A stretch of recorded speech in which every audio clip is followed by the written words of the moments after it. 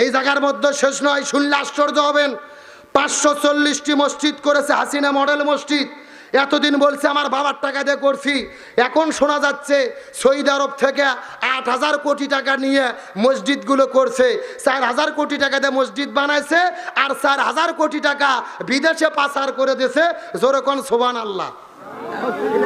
কি জোরকন নাউজুবিল্লাহ।